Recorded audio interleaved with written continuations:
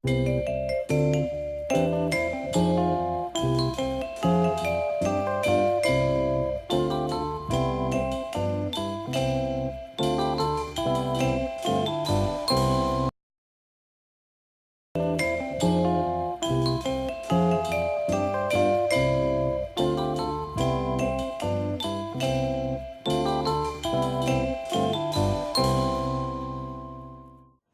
welcome back to What to Watch with Your Popcorn. I'm Rob. And I'm Dave. And today we're going to be reviewing the 1980 science fiction cult film Flash Gordon. So Dave, take it away.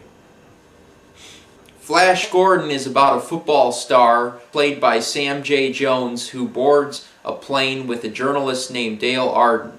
During the flight, a storm forces Gordon and Arden to land. They meet a scientist named Dr. Zarkov who has a rocket ship that he has been working on.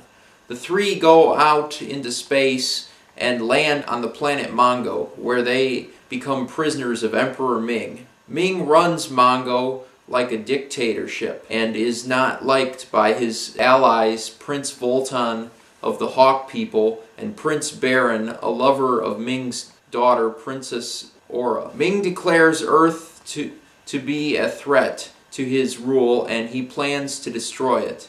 He also intends to take Dale as his wife. Flash must avoid the lustful ways of Princess Aura and unite the kingdoms of Mongo to rescue Dale, defeat Ming, and save our world from being destroyed. I thought Flash Gordon was a fun and exciting film. I felt this movie was faithful to the 1930s movie serials, and I liked how the opening credits use parts of the old comic strip. The spaceships looked like the same ones that were in the old 1930s serials, and the film did a good job recreating them. The film has an impressive cast, including Brian Blessed as Voltan and Timothy Dalton as Prince Baron. The script was played up, and the film is loud and over the top, but I felt it added to the fun. All the music in this film was written and performed by the rock group Queen. Flash Gordon may not be for everyone, but if you are looking for a fun way to spend the evening, I recommend watching this film with your popcorn. Rob, what did you think? Well, my recommendation was not quite on the same level as you are. I mean, yes, this film is a bit over the top and it's a bit campy. I thought this film was just a little bit over the top for my taste. But I agree with you. The Queen's music is very good and it's catchy.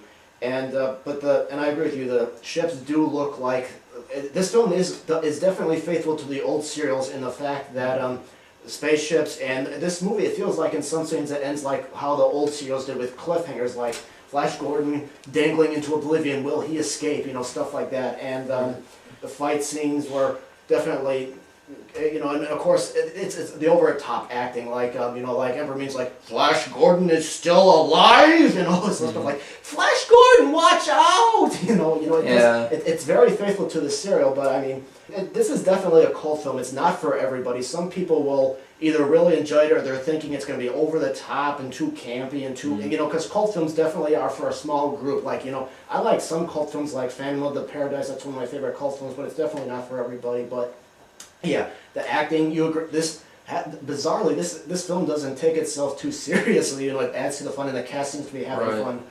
But I would never expect a cast like in a movie like this. Like you said, Brian Blessed, Timothy Dalton, I thought they were all very good.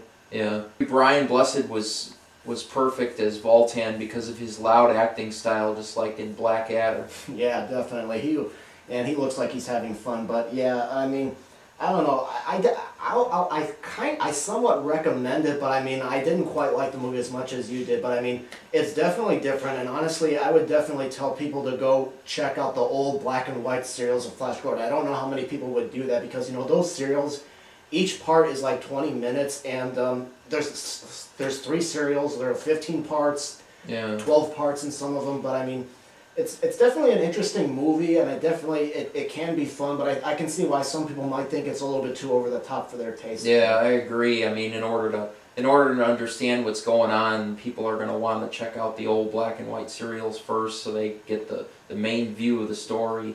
because it'd be better to watch the 1930s stuff where it's a little more serious first. Yeah, I mean, that movie had some campy stuff in it, and it was definitely corny, but I mean, I disagree with you. I don't think you necessarily have to watch the 30s serial in order to get the 80s film exactly. I mean, it's like its own separate thing, and, yeah, honestly, I think the old serials are better. This one, it's good, but I think it's a little. It tries a little bit too hard to be over the top, and it's definitely a bit campy. So it's definitely not for everybody. But it's a little more comical than the like, 1930s. Like there's a lot of good comedy scenes, Dave. Like, yeah, like one that I remember, like Flash Gordon. He in real life he's a football quarterback. Yeah. And there was a scene where he's fighting in the palace with Ming's guards, and he made it seem like he was playing football because he was like football moves on them and throwing the vase like a football and tackling them like he's tackling other football players. Yeah, and the guards were like, "What the hell is he doing?" Yeah, another favorite part that I remember is